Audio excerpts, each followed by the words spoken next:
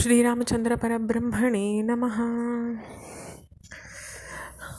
பரதன் மேலும் பிடிவாதமாக ராமர் ஆட்சி செலுத்துமாறு கேட்கறச்சே ராமர் அவருக்கு அறிவுரை சொல்கிறார். தந்தை ஒரு பொருளை விற்றாலோ வாங்கினாலோ அடமானம் வச்சாலோ அந்த பரிவர்த்தனையை மறுதளிக்கிற உரிமை மகனுக்கு கிடையாது. இந்த விஷயங்களுக்கே எப்படின்னாக்கா தந்தை சொல்ல மாத்திர உரிமை உனக்கோ எனக்கோ நிச்சயம் கிடையாதுங்கிறார். அப்போது ஒன்றுமே அவரால் ஏற்றுக்க முடியல அப்படிங்கும் ஒரு நிலை வரும்பொழுது கண்களுக்கு புலப்படாத ரிஷிகளும் கந்தர்வர்களும் பரதனுடைய கண்ணுக்கு எதிராக தோன்றுறாங்க.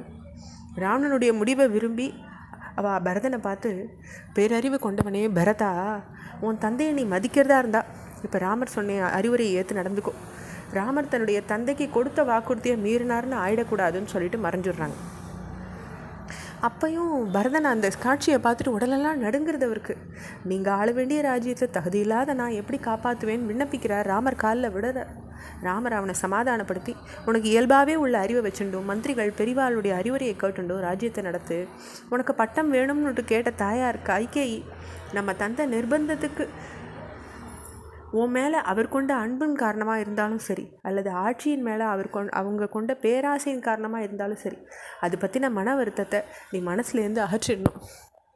அது தாய்க்குரிய மரியாதையும் அன்பையும் கைகேயிக்கிட்ட காட்டிட்டு நீ நடந்துக்கணும். அவங்க மேலே கோபம் கொள்ளக்கூடாது. இது உனக்கு நான் இடுற கட்டளை, இது உனக்கு சீதையும் இடுற உத்தரவு அப்படின்னு சொல்கிறார். பௌர்ணமி நிலவு போல ஒளி வீசின்னு இருந்த ராமரை பார்த்து பரதன், பொன்னாலான வேலைப்பாடுகளால் அலங்கரிக்கப்பட்ட இந்த மரத்தினால் செய்யப்பட்ட காலணிகள் மேலே ஏறி நின்றுண்டு அவற்றை எனக்கு கொடுங்க, ராஜ்யத்தையும் மக்களையும் இவை பாதுகாக்கட்டும்னு சொல்கிறார். ராமர் அப்படி கேட்டுண்டவாறே செய்கிறார். அந்த காலணிகளை வணங்கி நிற்கிறார் பரதன். ராமர்கிட்ட, ஆட்சியின் மாட்சிமை உங்கள் காலணிகளுடையது. சடைமுடி தரித்து மர உரி அணிஞ்சுண்டு பழங்களையும் கிழங்குகளையும் உண்டுண்டே நான் அதை நிர்வகிச்சுண்டு கவனிச்சுக்கிறேன். நகரத்து வெளியே வாழ போகிறேன்னா நீங்கள் திரும்பி வரத்துக்காக காத்துருப்பேங்கிறார். 14 வருஷம் முடிஞ்சு அடுத்த தினம் உங்களை நான் பார்க்கலேனாக்கா தீயில் இறங்குவேன், இது உறுதின்னு சொல்கிறேன். அப்படியே ஆகட்டும்னு ராமரும் வாக்கு கொடுக்குறார். அவருக்கு விடையளிக்கிறார். வந்திருந்த வாழ்க்கெல்லாம் ராமர் மரியாதைகளை செஞ்ச பின்ன அனைவரும் ராமர்கிட்டேருந்து விடை பெற்றுக்கிறாங்க. ராமருடைய தாய்மார்களுக்கு துக்கம் மேலிடுறது. அவளால் ராமர்கிட்ட ஒரு வார்த்தை கூட பேச முடியாமல் போயிடுறது. எல்லாரும் அங்கேருந்து புறப்படுறாங்க. புகழ்வாய்ந்த ராமர் கண்ணில் நீர் தழும்ப குடிசைக்குள்ளே திரும்பி போகிறார். இதில் பரதருக்கு முன்ன ரிஷிகளும் கந்தர்வர்களும் அவள் பார்வைக்கு தோன்றினான்னுட்டு வால்மீகி ராமாயணத்தில் சொல்லப்படுறதை நம்ம மேலே பார்த்தோம். கம்பராமாயணத்தில் இதில் ஒரு மாறுதல் இருக்குது. இப்போ இந்த பரதன் ராமன் அயோத்திக்கு திரும்பி அழிச்சுன்னு கொண்டு போகாட்டா அறக்கரையை ஒழிக்க வேண்டிய நம்ம காரியம் நடைபெறாமல் போகும்னுட்டு தேவர்கள் முடிவு செஞ்சு வானிலை தோன்றினாங்கன்னு வருது. பரதனை பார்த்து அவள் ராமர் 14 வருஷம் காட்டில் வாழறதும் நாட்டில் ஆட்சி பொறுப்பை அதுவரை நீ ஏற்றுக்கிறதும் அவள் 2 பேரும் நிறைவேற்ற வேண்டிய கடமைகள்னு கேட்டுக்கிறா. அதுக்கு பரதன் இசையறதா வருது. பிறகு ராமர்கிட்ட கேட்டு அவர் காலணிகள் 2ஐயும் பெற்றுண்ட பரதர் மேலே கம்பராமாயணத்தில் இப்படி வருது. மண்ணின் புழுதி படிஞ்சு காணப்படுற பொன்னை போன்ற முகமுடைய பரதன் அழுத கண்களோட ராமனுடைய 2 காலணிகளையும் எனக்கு கிரீடங்கள் இவைதான் ஏற்றுக்கிறாருன்னு முறைப்படி தலைமையில வச்சுண்டு மண்ணில் விழுந்து ராமரை வணங்கி அயோத்தி புறப்படுறதாகவும் வருது. அடித்தளம் 2ஐயும் அழுத கண்ணினான், முடித்தளம் இவை என முறையின் சூடினான், படித்தளத்து இறைஞ்சினான் பரதன் போயினான், பொடித்தளம் இளங்குரு பொலம் கொள் மேனியான் அப்படின்னு வருது. அப்போது ஜாபாலினுடைய நாத்திவாதம் கம்பராமாயணத்தில் இடம்பெறலைன்றது குறிப்பிடத்தக்கது.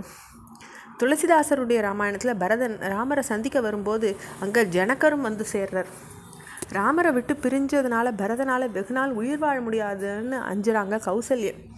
லக்ஷ்மணனுக்கு பதிலாக பரதன் ராமரோட காட்டில் வாழட்டும்ன்ற யோசனையை கூட சொல்கிறாங்க துளசிதாசருடைய ராமாயணத்தில். பரதனினுடைய மன உறுதியை பார்த்து தேவர்கள் தங்கள் காரியம் கைவிட்டுடுமோன்னு அஞ்சிக்கிறாங்க. அவள் மனசை மாற்ற தீர்மானித்து அங்கே சரஸ்வதியின் உதவியை நாடுறாங்க. ராமனும் சீதையும் பரதனுடைய இதயத்தில் வாழறாங்க. அப்படிப்பட்டவா மனசை மாற்ற என்னால் முடியாதுன்னுட்டு சரஸ்வதி சொல்லிடுறதா வருது. இந்திரன் தலைமையில் தேவர்கள் தாங்களாகவே முனைஞ்சு விளைவிச்ச மாயைக்கு அங்கே கூடியிருந்தவாள்லாம் கட்டுப்படுறா. பரதன் இதை உணர்றான். இந்த நிலையில் ராமரனுடைய கட்டளையை அவன் ஏற்று அயோத்தி செல்ல சம்மதித்து அவருடைய காலணிகளை பெற்றுக்கிறதா வருது. துளசிதாசருடைய ராமாயணத்தில். இப்படி சில வேறுபாடுகள் இருந்தாலும் வால்மீகி, கம்பர், துளசிதாசர் 3 ராமாயணங்களுமே பரதனுடைய சிறப்பு ரொம்ப விரிவாக சொல்லப்பட்டிருக்கு. அவனுடைய உயர்வை பற்றி ராமரே மீண்டும் மீண்டும் பேசுகிறது 3 ராமாயணங்களையும் பார்க்கக்கூடிய ஒரு செய்தியாக இருக்குது. தொடர்ச்சியை அடுத்த பகுதியில் பார்க்கலாம். ஸ்ரீராமச்சந்திர பரபிரம்மணே நமஹ.